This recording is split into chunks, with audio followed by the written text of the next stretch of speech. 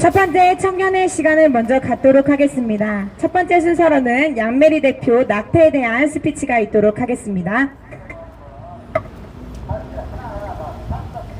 샬롬, 안녕하세요. 개미 청년단의 양메리입니다. 현재 제21대 국회는요, 저희 대한민국이 미국과 같은 선진국들이 이미 낙태죄를 폐지했기 때문에 우리 역시도 여기에 발을 맞추어야 한다고 주장하고 있습니다. 하지만 그건 미국과 같은 선진국들의 사정을 잘 모르고 하는 이야기입니다.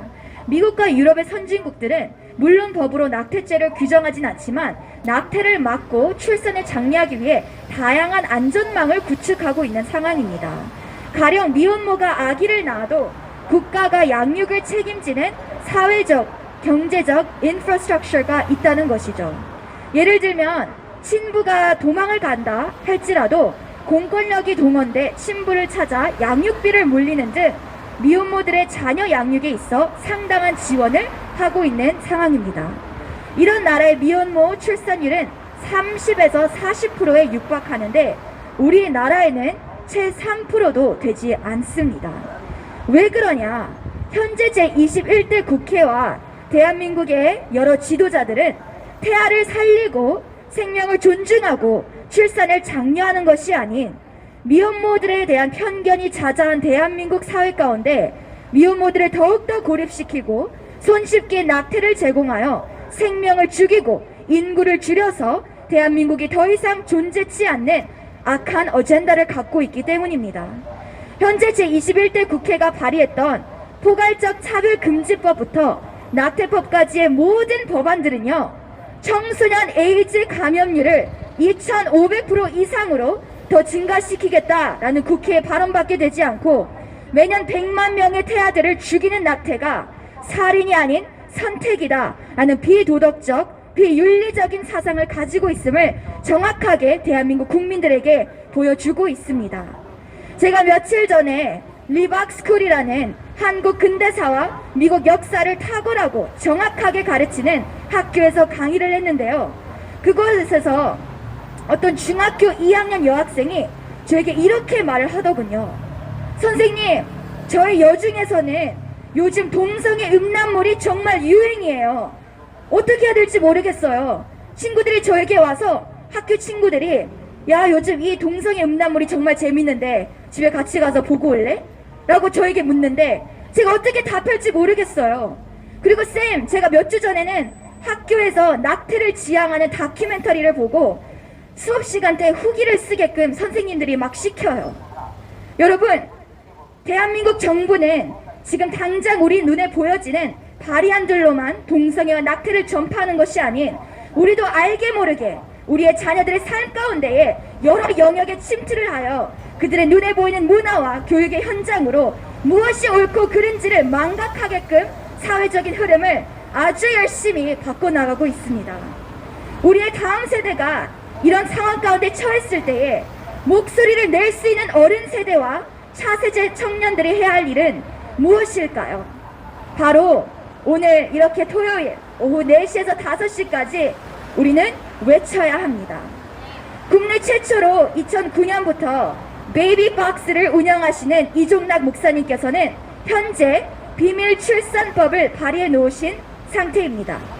2009년 어느 추운 겨울 아침 새벽 3시 20분에 장애를 가진 아기가 고양이들에게 둘러싸인 생선 박스에 차가운 시체 모습으로 버려진 것을 보시고 주사랑 공동체 교회를 담임하시는 이종락 목사님은 베이비박스를 처음으로 한국에 설립하여 지난 10년간 생명을 살리는 일들을 해오셨습니다. 지금까지 베이비박스에 들어온 아이들은 무려 1,700명이 넘습니다. 대부분의 아이들은요, 탯줄이 아직도 달린 채 정말 열악한 환경에서 출산되어 이 베이비박스 기관에 버려지고 있습니다. 근데 그 젊은 10대 미혼모들이 아이를 버리고 갈 때에 베이비박스 목사님과 직원분들은 그들에게 세상처럼 비난과 조롱과 편견의 소리가 아닌 여러분 정말 잘하신 거예요. 엄마로서 이 아이를 세상에 태어나게끔 한 게 너무 잘한 거예요. 라며 격려와 칭찬을 한다고 합니다. 여러분, 태아는요, 생명입니다. 심장이 뛰고 있고요. 손발, 다 있는 우리와 똑같은 생명입니다.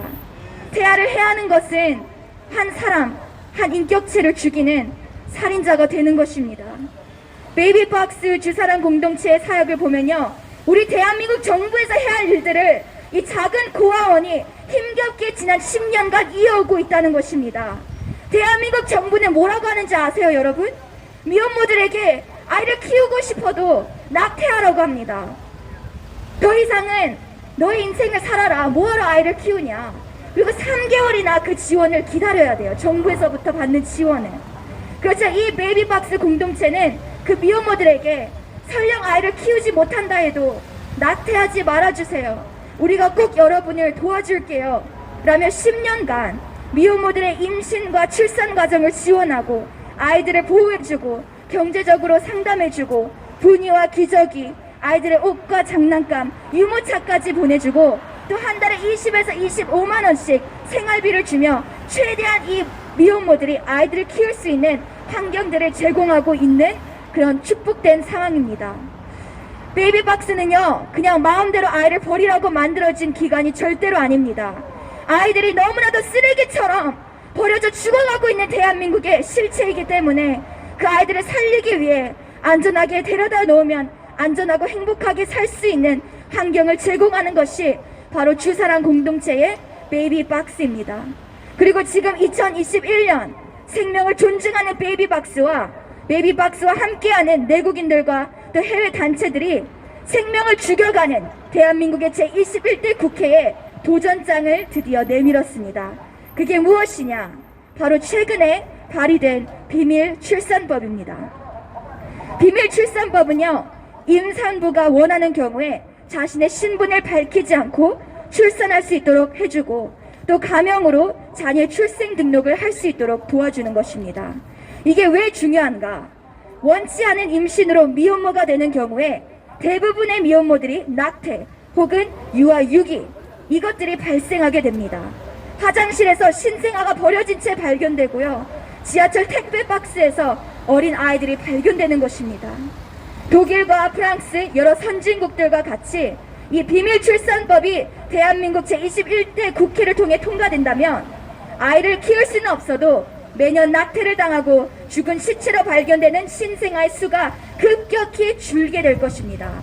또한 이 비밀출산법이 통과된다면 가명으로 자녀의 출생 등록을 할 수 있게 되므로 입양이 불가능한 아이가 없는 시스템을 우리가 제도화할 수 있습니다.